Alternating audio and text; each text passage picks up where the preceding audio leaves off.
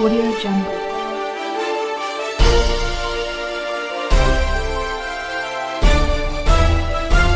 Audio Jungle.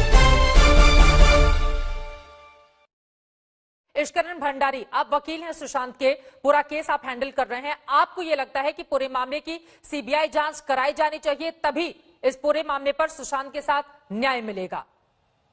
जी, यहाँ पे दो बहस हो रही हैं, वो रिलेटेड है, कनेक्टेड हैं, पर अलग है। हाँ। एक बहस है नेपोटिज्म पे कि नेपोटिज्म क्या हो रही है, नए टैलेंट को आने दिया जा रहा है, नहीं आने दिया जा रहा है।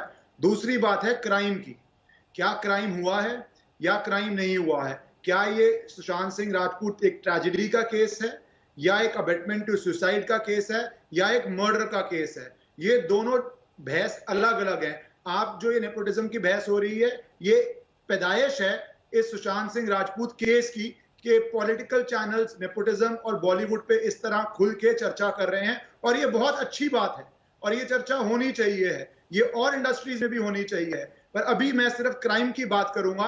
वो यहाँ पे ये लोगों को परेशानी हो रही है और ये सवाल उठाए जा रहे हैं, और अब उस सवाल में बहुत आवाज बढ़ी जा रही है। आपका चैनल कर रहा है, कई और जगहों से बढ़ रही है सीबीआई इन्वेस्टिगेशन की। और ये जब मैंने केस स्टडी करना शुरू किया फर्स्ट वीक ऑफ जुलाई में, और उसके बाद 9 जुलाई को डॉक्टर सुब्रमण्यम स्वामी ने ट्वीट किया कि देखिए इस केस में हो क्या रहा है, तो बहुत चीजें ऐसी सामने नजर आई जो फर्स्ट अपीयरेंसेस पे बहुत डाउटफुल लग रही हैं। जैसे कि क्या आपने इमीडिएटली फ्लैट को सील किया जहां पे आपको एक अननेचुरल डेथ मिली? Unnatural death means death not by natural causes, तो आपको एक अननेचुरल डेथ मिली। क्या आपने फ्लैट सील किया? क्या आपने इमीडिएटली फॉरेंसिक किया? मीडिया चैनल्स बता रहे हैं कि शायद 24 घंटे बाद हुआ। पुलिस का प्रोसीजर है इमीडिएटली फॉरेंसिक करते हैं, और मैनुअल ये भी कहता है कि आपके घर में अगर पेट्स है ना, तो आप पेट को भी उस रूम में नहीं जाने देते कि सीन कंटामिनेट ना हो जाए। मतलब आप पुलिस को लेकर शक जाहिर कर रहे हैं?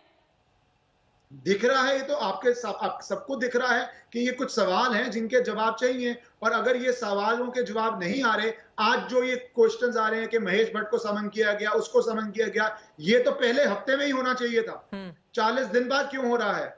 क्या ये मीडिया में डिबेट छिड़ने के बाद, पब्लिक डिमांड के बाद, कुछ लोगों के बोलने के बाद हो रहा है कि ये शुरू में क्यों नहीं हुआ? ये सुसाइड थ्योरी कहां से आ गई 10 मिनट में? अगर सुसाइड था अभी तो आप उसको हफ्ते बाद एग्जामिन करके बोलते। लेकिन इश्करण जी, आप खुद वकील हैं, आप ये जानते हैं कि इस देश का सिस्टम और कोर्ट का काम भी कितनी सुस्त रफ्तार से आगे बढ़ता है। किसी किसी मामले में न्याय लग जाने में कितना समय लग जाता है, इसका एहसास तो आपको भी होगा। अगर किसी को भी हमको बुलाकर उनसे पूछताछ करनी है तो पहले पूछताछ का एक आधार तो हो, वही हो सकता है इस मामले पर हुआ हो। आपने इतने केसेस कवर किए हैं, मैंने भी करे हैं। सुनंदा पुष्कर केस में हम कोर्ट भी गए थे और 1 साल बाद एफआईआर हुई थी। तो आपने खुद ही कहा सिस्टम स्लो है, तो 10 मिनट में सुसाइड कैसे आपने डिसाइड कर लिया? आप उसको मिस्टीरियस डेथ बोलते, आप इन्वेस्टिगेट करते, तो ये इमीडिएट नैरेटिव कहां से आ गया सुसाइड का? तो ये हमारे देश का प्रोसीजर नहीं है, आप भी जानते हैं।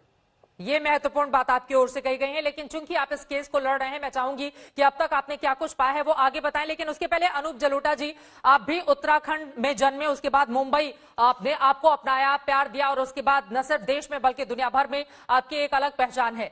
लेकिन आज जो आरोप AR रहमान साहब की ओर से लगाए गए हैं, इसको आप किस नजरिए से देख रहे हैं? कितनी सच्चाई है इसमें? मुझे लगता है ये नेपोटिज्म जो है ये कोई चीज नहीं है, इसमें कोई दम नहीं है। क्योंकि हमारे देश के महानायक अमिताभ बच्चन कोई एक्टिंग परिवार से तो आए नहीं, शाहरुख खान भी नहीं आए, अक्षय कुमार भी नहीं आए, और जो आए हैं उन लोगों में बड़ा दम है। पृथ्वीराज कपूर जी की 4थी जनरेशन है आज हंगामा किए हुए, करीना कपूर तक। वो इस वजह से कि दम था सब में। अब इतने कितने बड़े बड़े आर्टिस्ट हैं, उनके बेटे नहीं आ पाते, वो कोशिश करते हैं 1-2 फिल्मों में, फिर बात नहीं बनती। मेरे पिताजी बहुत बड़े गायक थे, हम 3 भाई हैं, 2 बहनें, कोई नहीं आया, सिर्फ मैं आया।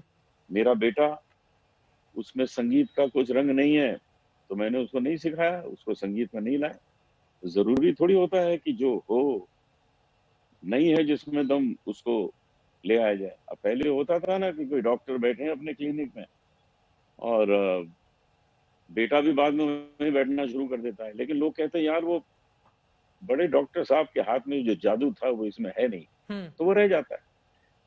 जरूरी थोड़ी कि सब कोशिश करने के बाद उसी फील्ड में सक्सेसफुल भी हो जाए। लेकिन ए.आर. दम रहमान होता की है ओर से जो तो बातें आते कही हैं। गई हैं, उन्होंने कहा है कि पिछले कुछ सालों से मेरे खिलाफ गुटबाजी चल रही है, मुझे काम करने से रोका जा रहा है। उन्होंने कहा कि मैंने सुना है और अब समझ में आ भी रहा है कि आखिर मुझे काम क्यों नहीं मिलता, मुझे अच्छी फिल्में क्यों नहीं मिलती हैं फिल्म इंडस्ट्री में। उनको ज्यादा बॉम्बे आके रहना चाहिए। मैं तो समझता हूँ कि ए.आर. रहमान को वहां काम मिलता है जहां रहते हैं, यहाँ आके ज्यादा रहेंगे तो यहाँ ज्यादा मिलेगा। यहाँ तो जो नजर के सामने है उसको ज्यादा काम मिल सकता है। उनमें टैलेंट की तो कोई कमी है नहीं, कमाल का काम उन्होंने किया है। Audio Jungle.